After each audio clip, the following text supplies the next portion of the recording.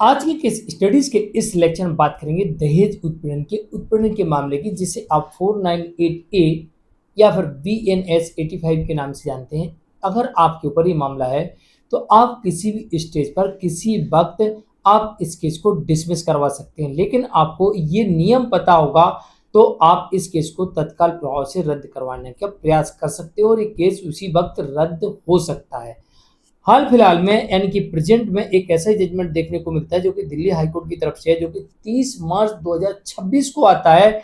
और इस जजमेंट में देखने को मिलता है कि कोर्ट ये कह रही है कि अस्पष्ट और सामान्य आरोप है, इस कारण से केस को आगे नहीं बढ़ाया जा सकता और केस यहाँ पर डिसमिस कर दिया जाता है। तो चलिए चलते हैं इस केस की तरफ और आपको डिटेल में बताते हैं। अगर आपके ऊपर भी दहेज उत्पीड़न का मामला है तो आप इस केस को पूरी तरीके से रद्द करवा सकते हैं इन तथ्यों के आधार पर। जय जनेन्द्र हूं केस जैन। वीडियो को लाइक और शेयर कर दीजिए और इस तरह के जजमेंट्स का पैकेज पाने के लिए जिसमें लगभग आपको 200 जजमेंट्स मिलेंगे, साथ में आपको ये भी जजमेंट्स मिलेगा या अन्य किसी जानकारी के लिए दिए गए नंबर पर आप हमें संपर्क कर सकते हैं। दरअसल यहाँ पर मामला दर्ज कराया गया था जिसमें आईपीसी की धारा 498A और 406 था और यहाँ पर इस केस को सीआरपीसी की धारा 482 में दिल्ली हाईकोर्ट में चुनौती दी गई थी क्वेश्चन के लिए। दरअसल मामला क्या है पहले ही समझ लेते हैं। मामला दिल्ली में दर्ज कराया गया था। सुल्तानपुर थाने में 10 जुलाई 2021 को एफआईआर दर्ज कराई गई थी और इसमें ये आरोप लगाया गया था कि विवाह के बाद से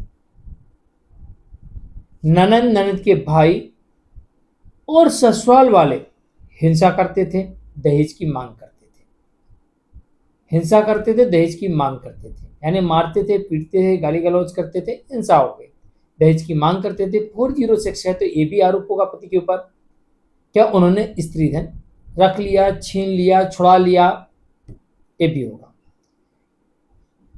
पत्नी ने प्रमुख आरोप लगाया कि उसे गर्भावस्था में भूखा रखा गया। पत्नी का यहाँ पर जो उसे मुख्य आरोप लगाया वो ये था कि जब वो प्रेग्नेंट थी तो उसे भूखा रखा जाता था। साथ ही पत्नी ने यह भी आरोप लगाया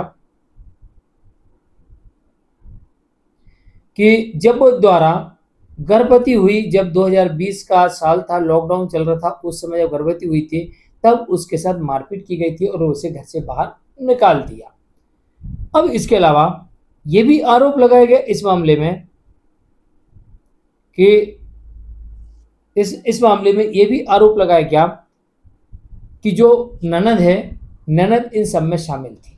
तो ननद ये कहती है कि भाई मेरा क्या लेना देना है, मेरे विरुद्ध क्यों आरोप है, मैंने क्या किया, क्या सबूत है। और यहाँ पर ननद अपनी तरफ से अपना बचाव करते हुए सीआरपीसी की धारा 482 के अंतर्गत क्वेश्चनिंग में चली जाती है और ननद ये कहती है कि मेरे विरुद्ध झूठे और तुच्छ आरोप है। साथ ही ननद ने यह भी कहा है कि जो आरोप है वो अस्पष्ट है और संदिग्ध है, कोई भी सबूत नहीं है, कोई भी गवाह नहीं है, मेरे विरुद्ध जो आरोप लगाए गए हैं वो झूठे और बेबुनियाद है। तो ऐसी स्थिति में मेरे ऊपर मामला नहीं चलना चाहिए। और साथ ही ये भी कहा कि जो शिकायत करता है, जो मेरी भाभी है, वो अपनी मर्जी से गई, ना कि हम लोगों ने निकाला है। हम लोगों ने, वो कह रहे कि ससुराल से मेरे को निकाल दिया जब वे प्रेग्नेंट थी दूसरी बार। तो प्रेगनेंसी के दौरान उस समय लॉकडाउन भी चल रहा था और 2020 की बात है, मुझे घर से बाहर निकाल दिया। अब नंद कह रही ना किसी ने निकाला, वो अपनी मर्जी से गई है।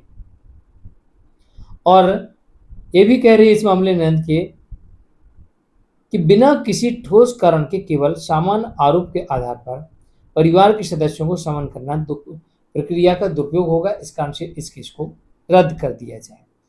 न्यायालय ने दोनों पक्षों को सुना। सुनने के बाद ये देखा कि जो आरोप हैं वो अस्पष्ट हैं, संदिग्ध हैं और सामान्य हैं।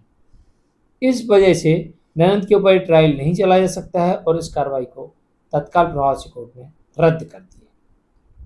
जजमेंट आता है दिल्ली हाईकोर्ट की तरफ से 30 मार्च 2026 का जजमेंट है। जानकारी कैसे लिए कमेंट में जरूर लिखिए, वीडियो को लाइक शेयर कर दीजिए। आज के इतना ही, नमस्कार।